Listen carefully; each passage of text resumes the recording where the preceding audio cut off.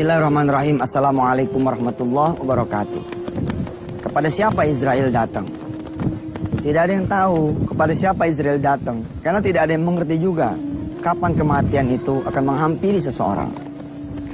Kira-kira di tahun 2000-2001 saya pernah dagang mie ayam ya bersama istri dan mertua di perempatan Cengkareng. Namanya perempatan Pintu Air.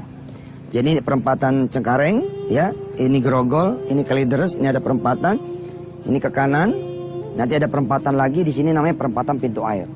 Nah, saya sama istri dan adiknya mertua, kakaknya mertua itu dagang mie ayam di situ, pinggir jalan. Satu sore ya ada cerita ini Masya Allah yang menandakan bahwa tidak ada yang tahu kapan ajalnya itu bakal dicabut oleh Allah. Kepada siapa Israel datang, ini termasuk tema kita ya beberapa waktu juga ke depan ya. Untuk menyadarkan kepada kita bahwa masalah kematian ini bukan masalah nomor urut, tapi nomor cabut. Kalau sudah dicabut oleh Allah Subhanahu wa taala ya sudah wassalam. Mau tempatnya di kamar mandi, mau tempatnya di pinggir jalan, mau tempatnya di ruang tamu, mau tempatnya di gudang, mau tempatnya di atas genteng, dan dengan cara apa juga tidak ada yang tahu. Satu sore itu ada seorang ayah ya mengendarai sepeda. Di depan batang sepeda itu ada tempat duduk kecil buat bayi. Lalu kemudian anak yang umur kira-kira 1 tahunan, 2 tahun itu didudukan di situ di batang sepeda. Terus dia jalan menyusuri dari mulai perempatan Cengkareng sampai ke perempatan Pintu Air. Israel ada di situ. Israel ada di situ mengikuti. Terus jalan ya.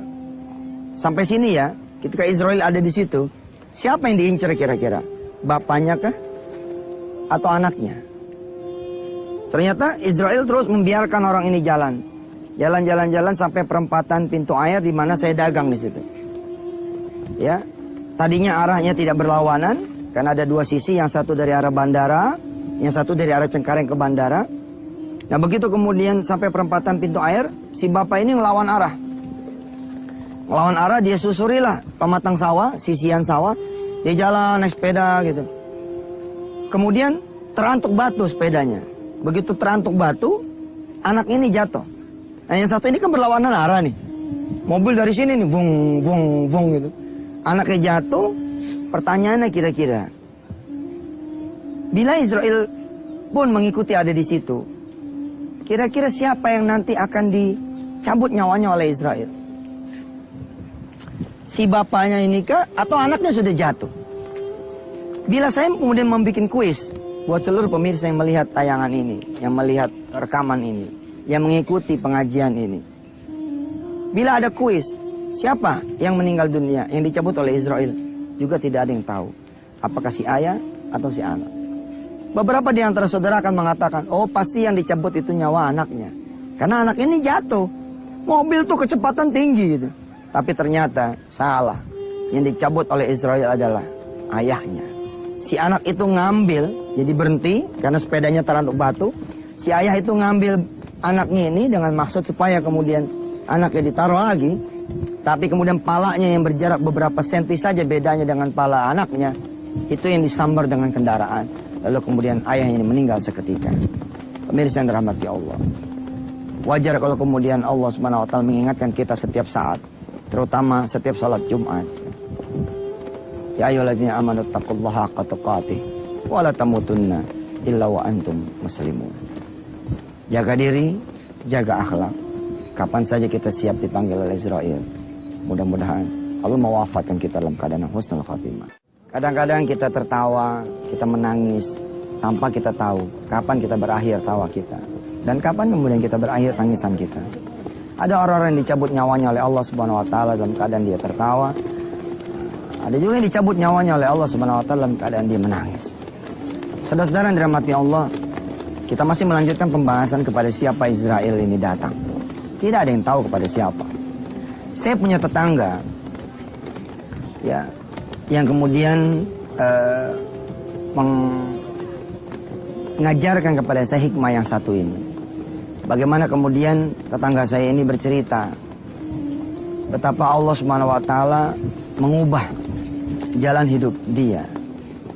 Dan karena dia memahami pula Kehidupan ini bukan dia yang punya, tapi Allah Subhanahu wa taala. Beliau ini bercerita istrinya itu kemudian harus dioper ke rumah sakit besar di Bilangan Salemba, Jakarta. Pemirsa yang dirahmati Allah, para hadirin yang sedang mengikuti kajian ini. Andai kemudian saya mengatakan kepada pemirsa semua dan kepada saudara-saudara semua, Israel ada di keluarga ini, mengikuti si ayah, si ibu yang akan melahirkan. Pertanyaannya, siapa kira-kira yang akan dijemput nyawanya oleh Israel? Sekali lagi, tetap tidak ada yang tahu. Si ayah dan si ibu ini ya dioper ke rumah sakit besar di Salemba. Israel kemudian tetap mengikuti. Rupanya tidak mengambil di bidan. Ceritanya begitulah, dia ngikut nih. Ke Cipto. Sampai di Cipto, Israel ada di sana. Kira-kira kalau pertanyaannya kemudian diulang, siapa yang bakal dijemput oleh Israel di kamar bersalin itu? Bahwa jangan-jangan memang disitulah lokasi kemudian kematian salah seorang hamba Allah. Tapi lagi-lagi, tidak ada juga yang bisa menjawab. Apakah betul bakal si ayah? Apakah betul bakal si ibu karena dia udah mau melahirkan? Atau anaknya yang tidak bisa lahir, ya karena mati di dalam? Atau anaknya yang lahir setelah keluar di luar? Tetap tidak ada yang tahu. Kenapa? Karena ayah, ibu, dan calon jabang bayi ini bukan satu-satunya ada di situ. Tapi akan ada dokter yang silih berganti datang ke ruang bersalin. Akan ada juru rawat. Akan ada orang-orang yang kemudian datang menjenguk.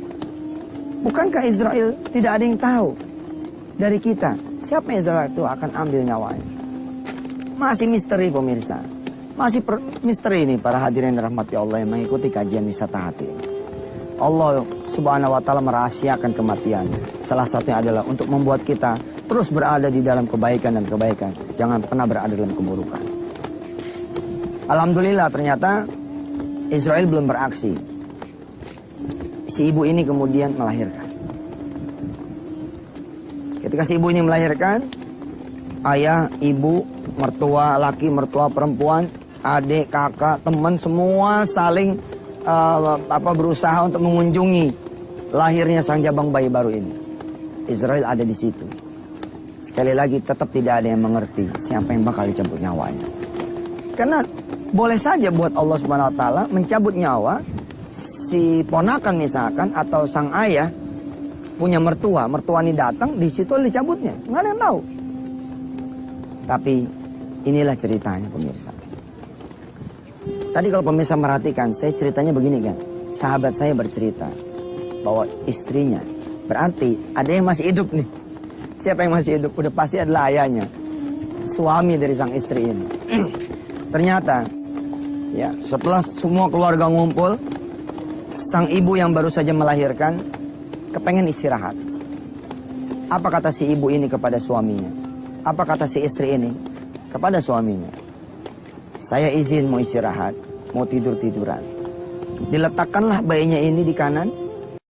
Semua keluarga kemudian bersiap-siap untuk tidak ngajak ngobrol karena sang anak atau sang mantu sudah mau istirahat. Sang ibu kemudian ngambil posisi kanan, anaknya ini didekap. Dan ternyata istirahatnya sang istri itu istirahat untuk selama-lamanya. Tidak ada yang mengerti siapa ya di ruangan itu yang juga paham bagaimana Israel bekerja mencabut nyawa sang ibu jabang bayi tersebut. Ada yang tahu.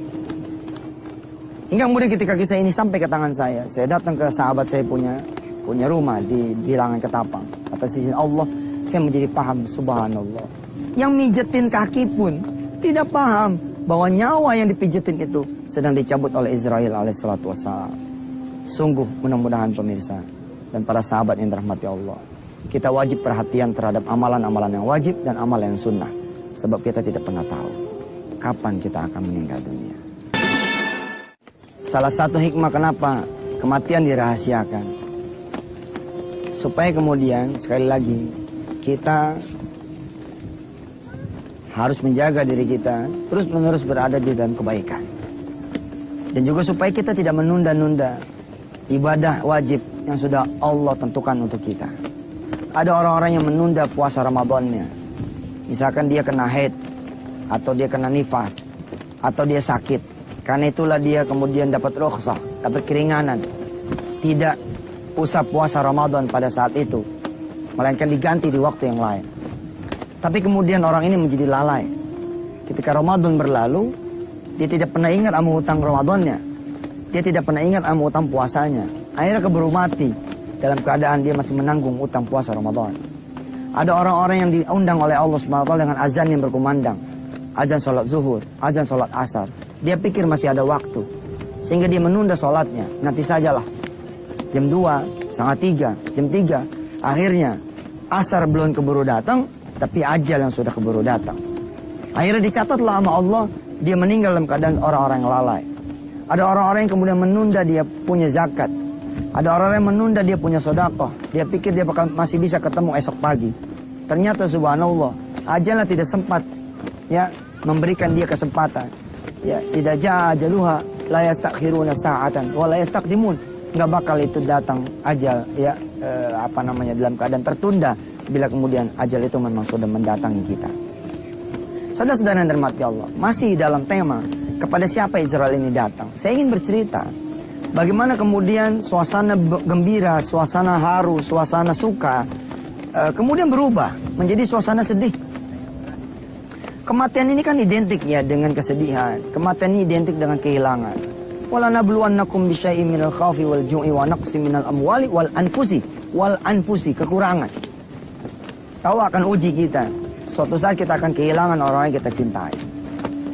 Masih di Ketapang ya, ada seorang guru punya keluarga, anaknya akan ada yang kedua, istrinya akan melahirkan anak yang kedua. Tapi Israel ada di situ.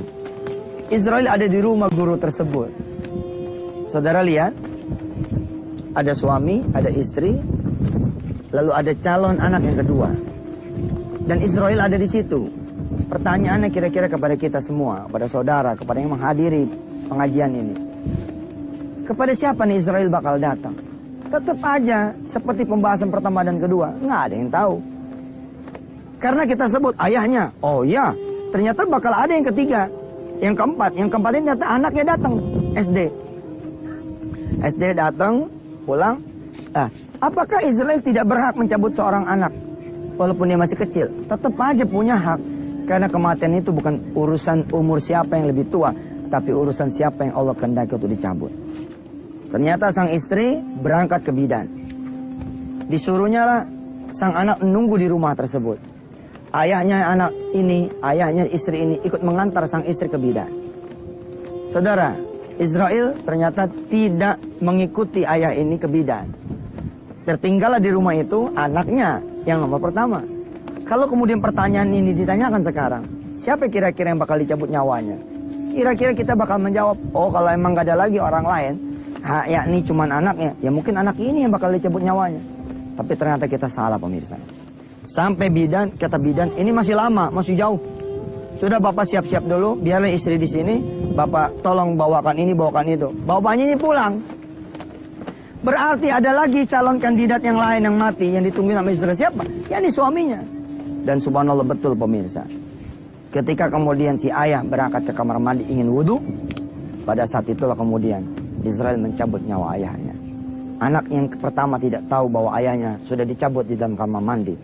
Dan kemudian bidan pun tidak mengetahui, istrinya pun tidak mengetahui bahwa sang ayah mengambil popok, mengambil kain dan tidak kembali lagi ke bidan karena sudah diambil nyawanya oleh Allah Subhanahu wa taala.